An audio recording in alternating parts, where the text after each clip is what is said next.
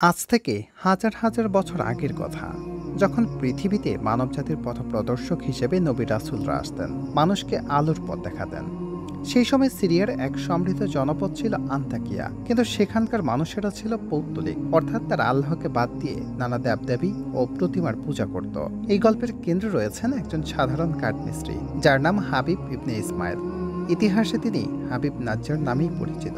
হাবিব নাজ্জার শুধু একজন কাঠমিস্ত্রি ছিলেন না, তিনি কুষ্ঠরোগেও ভুগছিলেন। রোগ মুক্তির আশায় তিনি আন্তাকিয়ার অন্যান্য মানুষের মতোই বিভিন্ন দেবদেবীর কাছে প্রার্থনা করতেন, কিন্তু কোনো ফল পেতেন না। আল্লাহ এই পথভ্রষ্ট জাতিকে সঠিক পথে আনার ইচ্ছা করলেন, তাই তিনি প্রথমে দুজন রাসূলকে আন্তাকিয়ায় পাঠালেন। এই রাসূলরা আন্তাকিয়া শহরে এসে মানুষকে আল্লাহর একত্ববাদের দিকে আহ্বান করতে লাগলেন। তাদের সঙ্গে দেখা হলো হাবিব নাজ্জারের। রাসূলরা হাবিবকে মূর্তি পূজা ত্যাগ করে এক আল্লাহর ইবাদতের জন্য দাওয়াত দিলেন।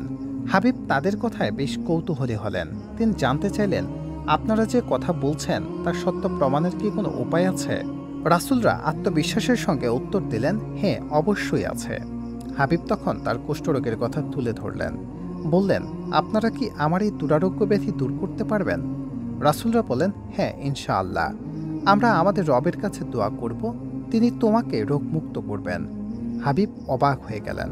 তিনি ভাবলেন, আমি সারা জীবন অসংখ্য দেবদেবীর কাছে প্রার্থনা করলাম, কিন্তু কোনো ফল পেলাম না। অথচ এই অপরিচিত মানুষগুলো রব কিভাবে আমার এমন কঠিন অবস্থা পাল্টে দেবেন? রাসূলদের দোয়ায় আল্লাহ হাবিবকে সুস্থ করে দিলেন। এই অলৌকিক ঘটনা হাবিবের মনে গভীর প্রভাব ফেলল। তার ঈমান আরও দৃঢ় হল এবং তিনি আল্লাহর প্রতি সম্পূর্ণভাবে বিশ্বাস স্থাপন করলেন। আল্লাহর এই দুই প্রতিনিধি আন্তাকিয়াবাসীদের কাছে দিনের দাওয়াত দিতে থাকলেন, কিন্তু দুর্ভাগ্যবশত আন্তাকিয়া লোকেরা তাদের কথা মানল না, বরং তারা তাদের মিথ্যাবাদী বলে আখ্যা দিল। আল্লাহ তাদের শক্তি বৃদ্ধির জন্য আরও একজন রাসূল পাঠালেন, কিন্তু এত কিছুর পরেও জনপদবাসীরা তাদের উপদেশের জবাবে কেবল মিথ্যা অপবাদই দিতে থাকল। পবিত্র কোরআনের সূরা ইয়াসিনের ১৫ নম্বর আয়াতে বলা হয়েছে, ওরা বলল, তোমরা তো আমাদের মতোই মানুষ, করুণাময় আসলে কিছুই অবতীর্ণ করেননি, তোমরা কেবলই মিথ্যা বলছ। আন্তাকিয়াবাসীর এমন রূহ কথা শুনে রাসূলরা মনে কষ্ট পেলেও তারা তাদের দাওয়াত বন্ধ করল না। তারা ধৈর্য ধরে মানুষকে বোঝাতে থাকলেন। সূরা ইয়াসিনের ১৬ থেকে ১৭ নম্বর আয়াতে উল্লেখ আছে, আমাদের প্রতিপালকের শপথ, আমরা অবশ্যই তোমাদের কাছে প্রেরিত হয়েছে, স্পষ্টভাবে প্রচার করাই আমাদের দায়িত্ব। কিন্তু আন্তাকিয়ার লোকেরা তাদের কথা মানল না, বরং তাদের অবাধ্যতা চলতেই থাকল। তাদের এই সীমা লঙ্ঘনের কারণে আল্লাহ আন্তাকিয়া শহরে দুর্ভিক্ষ দিলেন, কিন্তু আল্লাহর এই সতর্কবার্তাও তারা উপলব্ধি করতে পারল না। উল্টো রাসূলদের বলল, আমরা তোমাদের অমঙ্গলের কারণ মনে করি, যদি তোমরা বিরত না হও তোমাদেরকে অবশ্যই আমরা পাথর মেরে হত্যা করব ও নিদারুণ শাস্তি দেব। সূরা ইয়াসিন আয়াত ১৮। তাদের অহংকার এবং অন্ধত্ব এতটাই তীব্র ছিল যে একসময় তারা রাসূলদের হত্যা করার চক্রান্ত করতে লাগল। এই চক্রান্তর খবর যখন হাবিব নাজ্জারের কাছে পৌঁছালো, তখন তিনি আর স্থির থাকতে পারলেন না। নিজের জীবনের মায়া ত্যাগ করে তিনি দ্রুততার সাথে জনপদের দিকে ছুটে এলেন। তিনি তার সম্প্রদায়কে বোঝানোর আপ্রাণ চেষ্টা করলেন, তাদের বিপদ সম্পর্কে সতর্ক করলেন, কিন্তু আন্তাকিয়াবাসীরা তার কথা মোটেই কান দিল না। সূরা ইয়াসিনের ১৯ নম্বর আয়াতে বলা হয়েছে, তারা বলল, এ কি এজন্য যে আমরা তোমাদেরকে উপদেশ দিচ্ছি? তোমাদের অমঙ্গল তোমাদেরই জন্য, আসলে তোমরা এক সীমা লঙ্ঘনকারী সম্প্রদায়। এরপর কোরআনে হাবিব নাজ্জারের অবিচল ঈমান ও ত্যাগের এক মর্মস্পর্শী বর্ণনা এসেছে। সূরা ইয়াসিনের ২০ থেকে ২৫ নম্বর আয়াতে বলা হয়েছে, শহরের এক প্রান্ত থেকে একজন ছুটে এসে বলল, হে আমার সম্প্রদায়, রাসূলদের অনুসরণ করো তাদের, যারা তোমাদের কাছে কোনো প্রতিদান চায় না, আর যারা সৎপথ পেয়েছে। যিনি আমাকে সৃষ্টি করেছেন এবং যার কাছে তোমরা ফিরে যাবে, আমি তার উপাসনা করব না কেন?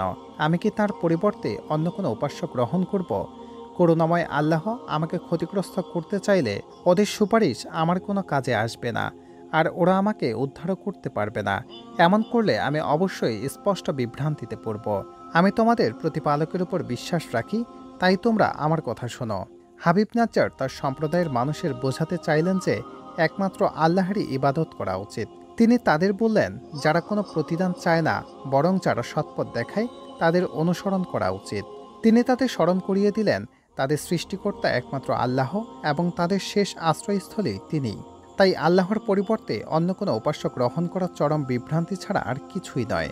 কিন্তু আন্তাকিয়াবাসীরা হাবিবের কথায় কান দিল না, বরং তারা এতটাই ক্রোধান্বিত হলো যে উল্টো তার উপর চড়াও হয়ে পাথর ছুঁড়তে শুরু করল। নির্মমভাবে পাথর মেরে তারা হাবিব নাজ্জারকে হত্যা করে ফেলল। আল্লাহর পথে যিনি জীবন উৎসর্গ করলেন তিনি শাহাদাতের সুমহান মর্যাদা লাভ করলেন। হাবিবের শাহাদাতের পরই তাকে বলা হলো জান্নাতে প্রবেশ করো।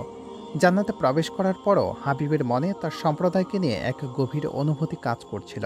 তিনি আফসোস করে বললেন, হায়, আমার সম্প্রদায় যদি জানতে পারত কী কারণে আমার প্রতিপালক আমাকে ক্ষমা করেছেন ও সম্মানিত করেছেন।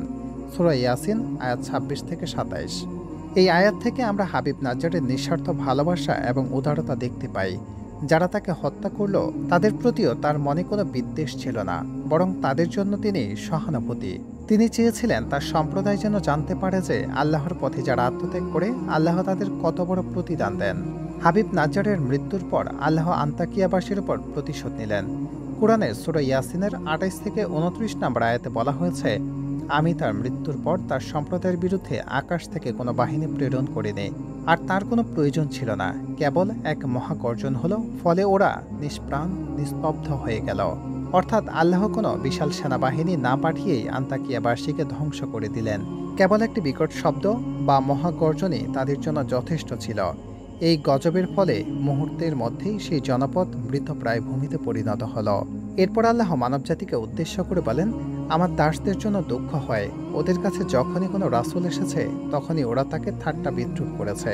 ওরা কি লক্ষ্য করে না ওদের একই কত মানব গোষ্ঠীকে আমি ধ্বংস করেছি, যারা আর ওদের মধ্যে ফিরে আসবে না, আর ওদের সকলকে তো আমার কাছে একত্র করা হবে। সূরা ইয়াসিন আয়াত ৩০ থেকে ৩২। এই আয়াতগুলো আমাদের স্মরণ করিয়ে দেয় যে আল্লাহ তাআলা যুগে যুগে রাসূল পাঠিয়েছেন মানুষকে হেদায়েত করার জন্য। কিন্তু যখন মানুষ ঠাট্টা বিদ্রূপ করে ওদের প্রত্যাখ্যান করে তখন আল্লাহ ওদের কঠিন আযাব দিয়েছেন। এই ধ্বংসপ্রাপ্ত জাতিগুলো আর পৃথিবীতে ফিরে আসবে না, কিন্তু শেষ বিচারের দিন তাদের সবাইকে আল্লাহর সামনে হাজির করা হবে। অবশেষে আল্লাহ তাআলা তার সৃষ্টি ও কুদরতের কিছু নিদর্শন তুলে ধরেছেন। ওদের জন্য একটা নিদর্শন মৃত ধারিত্রী, যা আমি পুনরুজ্জীবিত করি, ও যার থেকে আমি শস্য উৎপন্ন করি যা ওরা খায়। তার মধ্যে আমি সৃষ্টি করি খেজুর ও আঙুরের বাগান, এবং বইয়ে দেই ঝর্ণা, যাতে ওরা এর ফলমূল খেতে পারে, যা ওদের হাতে সৃষ্টি নয়। তবুও ওরা কৃতজ্ঞতা প্রকাশ করে না। পবিত্র মহান তিনি, যিনি উদ্ভিদ, মানুষ এবং ওরা যাদের জানে না তাদের প্রত্যেককে জোড়ায় জোড়ায় সৃষ্টি করেছেন। সূরা ইয়াসিন আয়াত ৩৩ থেকে ৩৬। এই আয়াতগুলো আমাদের বলে যে শুষ্ক মৃত ভূমি থেকে কিভাবে আল্লাহ ফসল উৎপন্ন করেন, খেজুর ও আঙুর বাগান তৈরি করেন, আর ঝর্ণা প্রবাহিত করেন। এই সমস্ত কিছু আল্লাহর কুদরতের নিদর্শন। মানুষ এগুলো থেকে ফলমূল খায়, যা তাদের নিজস্ব সৃষ্টি নয়, বরং আল্লাহরই দান। কিন্তু মানুষ প্রায়শই কৃতজ্ঞতা প্রকাশ করে না। এই আয়াতের শেষাংশে আল্লাহ তার অসীম জ্ঞান ও ক্ষমতা প্রকাশ করেন, যিনি সমস্ত কিছুকে জোড়ায় জোড়ায় সৃষ্টি করেছেন, যা আমরা জানি বা জানি না। হাবিব নাজ্জারের এই গল্প আমাদের জন্য এক গভীর শিক্ষণীয় বার্তা বহন করে। এটি আমাদের স্মরণ করিয়ে দেয় যে সত্যের পথে অবিচল থাকলে এবং আল্লাহর উপর ভরসা রাখলে আল্লাহ তার বান্দাকে কখনোই নিরাশ করেন না, বরং তাকে সর্বশেষ মর্যাদা দান করেন।